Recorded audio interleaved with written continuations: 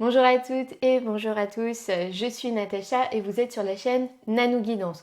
Je vous fais une vidéo totalement improvisée et une vidéo qui sera vraiment différente des autres puisqu'il ne s'agit ni d'un taroscope ni d'une guidance mais de regarder un petit peu les énergies qui seront présentes en ce second tour des élections, donc le 24 avril 2022, et d'aborder ça d'un point de vue des tarots, notamment le tarot de Marseille et ses arcanes majeures.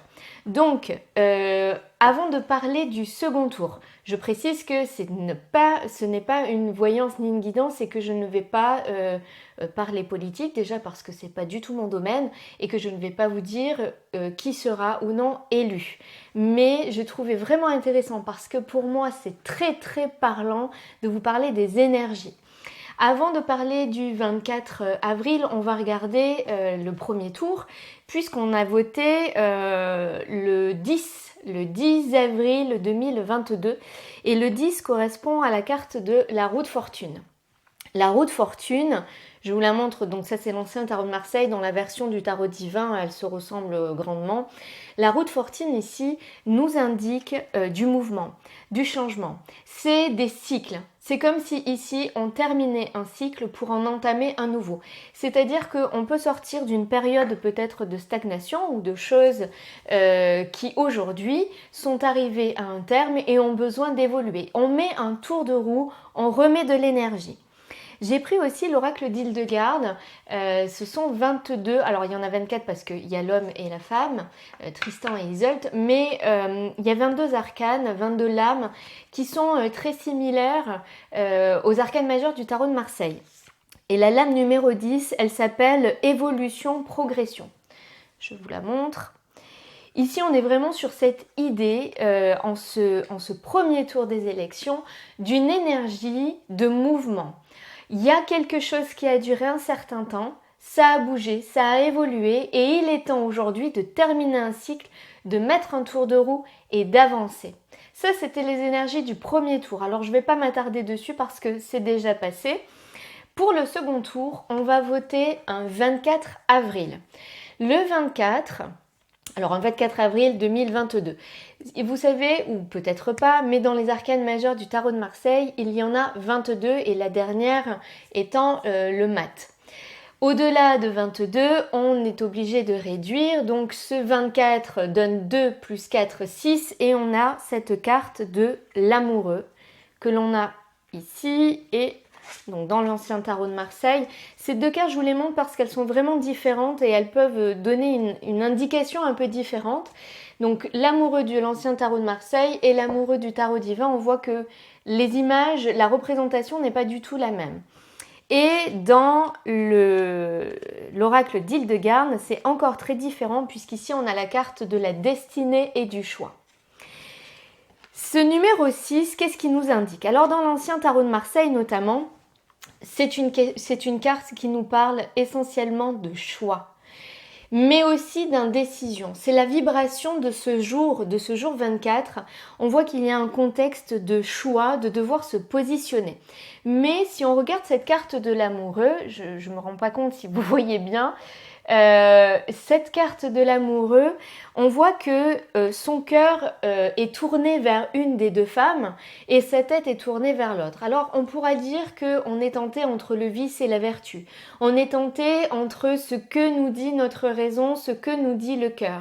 Il est difficile parfois de se positionner et de savoir ce qui est bon pour soi et quelles décisions on doit prendre. C'est aussi une carte de destinée. On est ici à la croisée des chemins. Eh bien, on doit aller de l'avant, on doit avancer pour savoir vers quoi on va. Et c'est exactement ce que nous dit cette carte ici dans l'oracle d'Hildegarde qui nous parle de choix et de destinée. Ici, il faut prendre son destin en main. Alors, il y a plusieurs façons de voir les choses.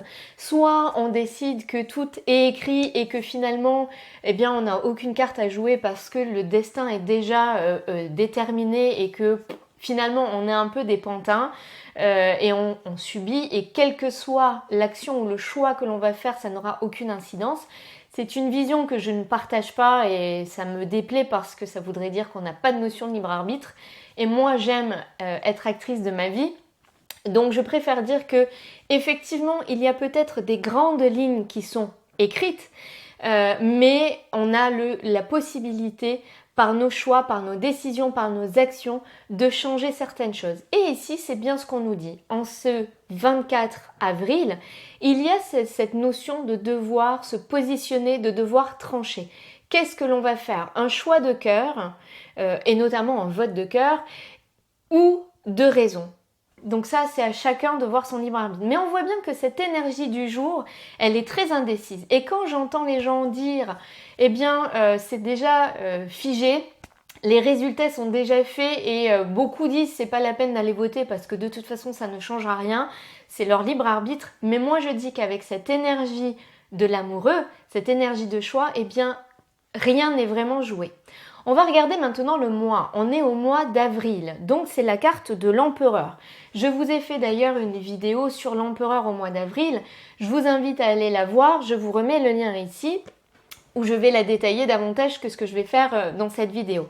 Ce qu'il est intéressant de voir, c'est que cet empereur ici, c'est un homme qui est donc sur la carte, pas dans la vie réelle, mais c'est un homme qui est bien assis, qui est un homme de pouvoir. Ici, ça représente vraiment ces personnages de pouvoir qui veulent se positionner sur le trône. L'empereur, c'est quelqu'un qui prend son leadership, qui va de l'avant, qui a bien réglé les choses, qui sait comment il va faire les choses, comment il va les mettre en place.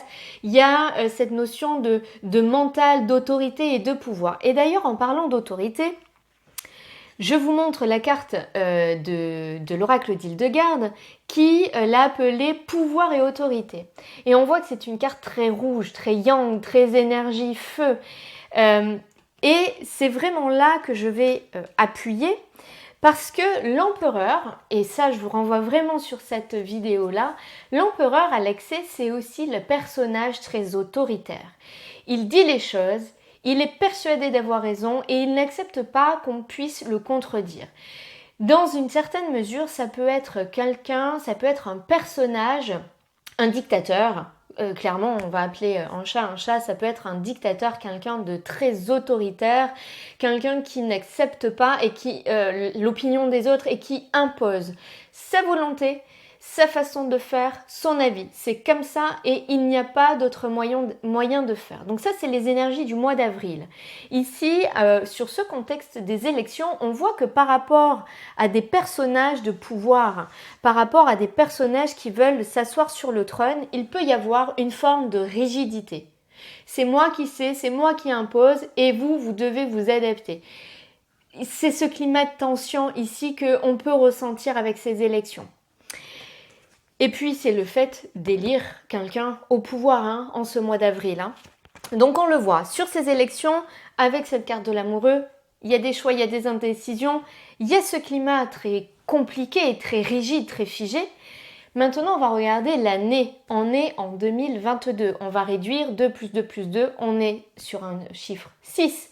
On revient sur cette notion d'amoureux qu'on avait déjà sur le jour. Donc, non seulement l'année vibre en 6, c'est une année décisive, c'est une année de croisée de chemin où il y a des décisions très importantes à prendre. Il y a des choix à faire, des positionnements à avoir, mais en plus, c'est la vibration du jour de ce second tour qui est définitif. Ça aurait été le premier, ça aurait été différent, mais là, c'est le final, on va dire, de ces élections. C'est là où tout se joue. On voit que c'est très trouble, très incertain.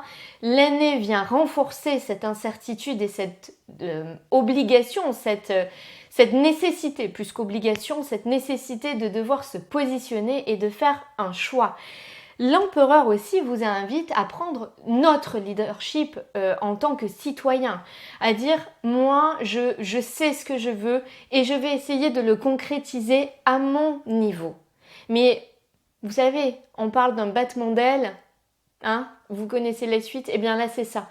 Même si on a l'impression que individuellement on ne peut pas changer les choses, c'est faux. On a chacun un pouvoir d'action.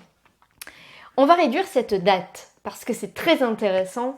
Ce 24 qui nous donne 6, plus ce mois d'avril qui nous donne 4, plus cette année qui nous donne 6, nous renvoie sur le chiffre 16.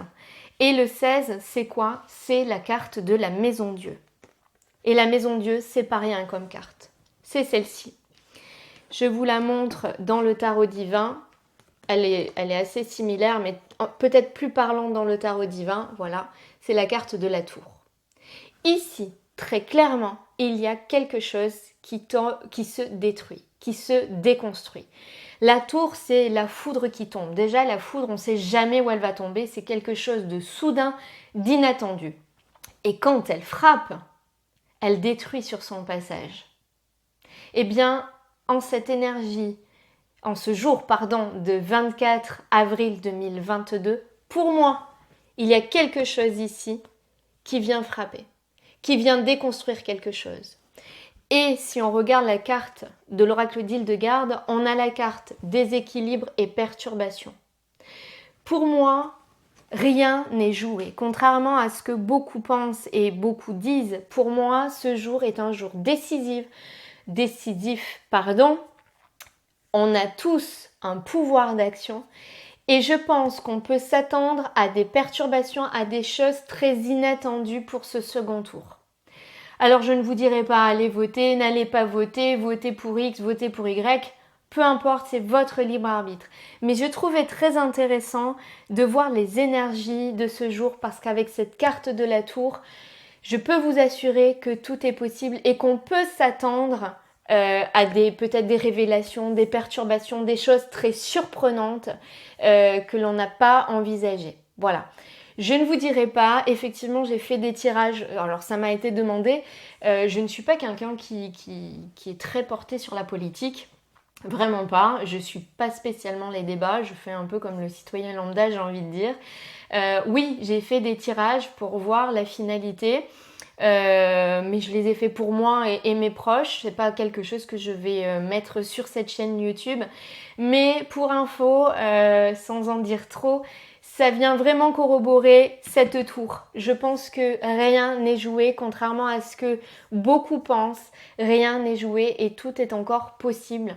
Alors je dis pas que ça sera merveilleux, mais en tout cas, avec cette carte de la foudre, il y a des choses inattendues, du mouvement, des perturbations et surtout du changement. Et ce changement, on l'a déjà initié avec ce premier tour, avec cette roue de fortune. Voilà, petite vidéo improvisée, n'hésitez pas à me dire en commentaire ce que vous en pensez. Merci surtout de ne pas citer de noms, de ne pas dire des choses très négatives. Hein. YouTube verrouille un peu certaines choses, donc je serai un peu plus intransigeante sur les commentaires. Et s'il y a des commentaires qui dérapent, je serai contrainte de les effacer, sinon la vidéo sera blacklistée. Donc on va éviter ça. C'est pas le but, mais n'hésitez pas quand même à me dire en commentaire ce que vous en pensez et si ça vous parle, ces énergies de ce jour-là. En attendant, je vais vous souhaiter une merveilleuse journée et puis je vous dis à très bientôt.